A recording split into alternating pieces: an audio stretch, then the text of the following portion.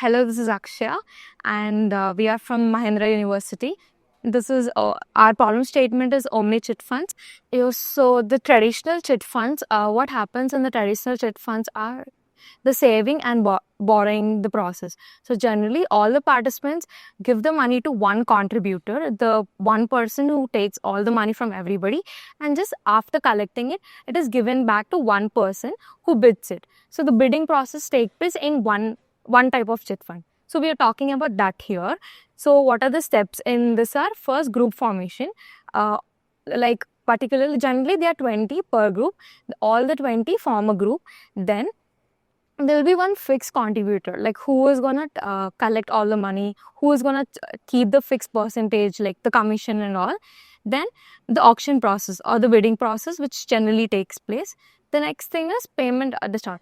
After the now the one person is bidding for 2 lakhs chit, then he bids it for 19, 18. Other person bids it for 16, other person like 17 or something.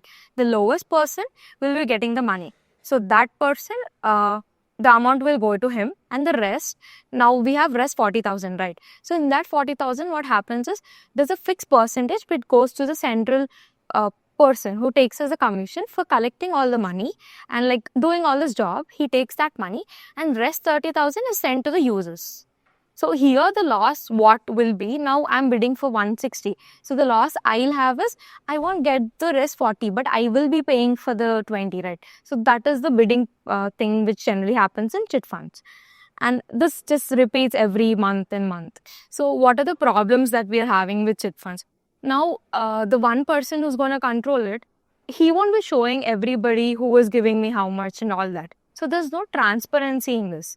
And human cash for like everybody to come every month and give money, it is like a lot of work. So that is another problem. And another problem is we have to track all the resources. Like every month I have to track how much who is giving me. Like everything should be tracked, right? So that is little like a lot of human work. For example, every person can keep their own thing.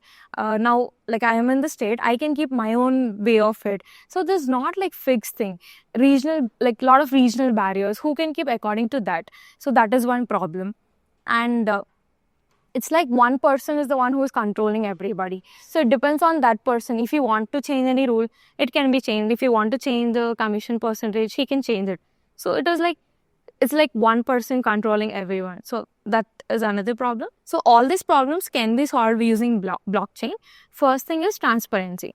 Now, what we are doing is it builds trust and transparency. All the participants, whoever are giving money, they can see how much I am giving, rest all 19 how much they are giving. All this can be shown and it can be seen. It improves efficiency. For efficiency improve, we are using smart contracts. Like it will automate the process. Now the human work will not be done. It all can be done using smart contracts, and we won't have regional barriers also. So the problems which we generally have using this traditional chit funds, that we are trying to solve it using blockchain. As of now, there's no implementation on this. So we don't have any per se competition or something. This is the idea which we came up with. Okay, this is how they got implemented in our system. Like the original chit fund system, suppose there are three users, okay? User 1 contributes 2 Solana to the system, okay?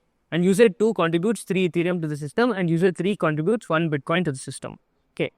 Now, just like the chit fund system normally works, user 1, user 2 and user 3 bid for the complete currency in the system. Say user 1 wins the bidding. So he wins the bidding of the least value, 2 Solana and 3 Ethereum. So he takes the 2 Solana and 3 Ethereum from the system. So there's one Bitcoin just left in the system that we send to get our revenue model. We either stake it for revenue or we send it to the liquidity pool.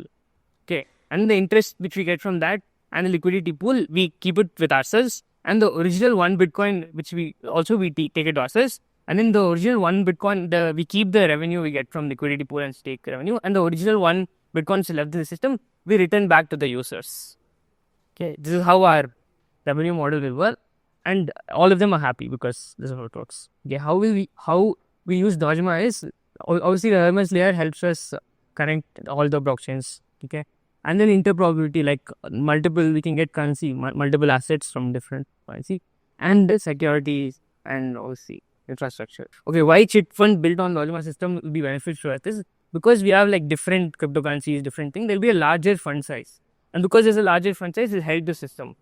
And higher competition bidding, because multiple people are bidding because there's a larger fund size, it will help the system because with higher competition, hence better interest rate for the users. Reduce risk because obviously transparency, risk, okay, and lower per person cost and flexibility in payouts. Yeah, thank you for listening.